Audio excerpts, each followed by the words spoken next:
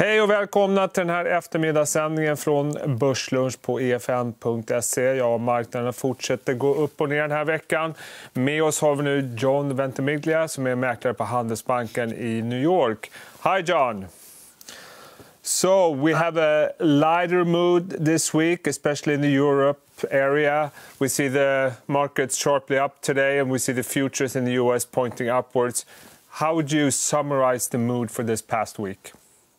Yeah, among our U.S. investors, the mood is definitely still one of caution. You've had about 10 to 12 down days consecutively for the major indexes. But midway through the week, we saw the sentiment start to shift a little bit, people viewing the market as oversold. With that type of sentiment, any type of good news can lead to a bounce in the market. And that's exactly what we're seeing on the back of the news from the ECB about further stimulus and also chatter about the Bank of Japan and China potentially doing the same thing. So, of course, the oil price is still very much in focus. How would you say where the consensus is right now? Do you think the prices have bottomed out at these levels?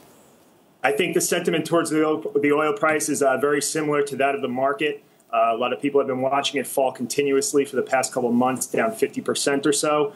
So people starting to view it as a little bit oversold.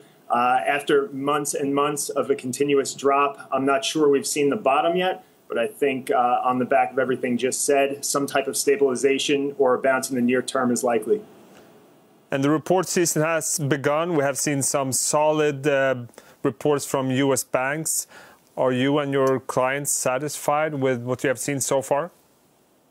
I think so far it's a so far so good type of attitude. Again, the market has sold off aggressively in the last couple of weeks. With that, expectations have come down. There's a lot of short interest. So it's not that hard, relatively speaking, to beat on the positive side.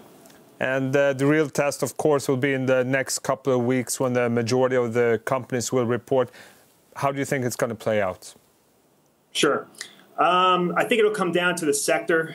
It will be very sector specific. You have sectors like the industrials and energy that are operating in very tough end markets. CapEx budgets continue to be cut.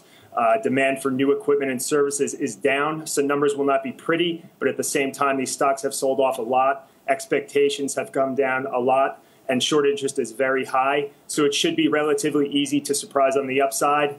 And on the opposing side, you have tech stocks, FANG stocks that have done extremely well. They've become clear consensus longs over the last couple of years. They're up against very tough year-over-year comparisons. So I say that there is some risk of disappointment there. So I think it will be very sector specific. So it will be interesting to say the least.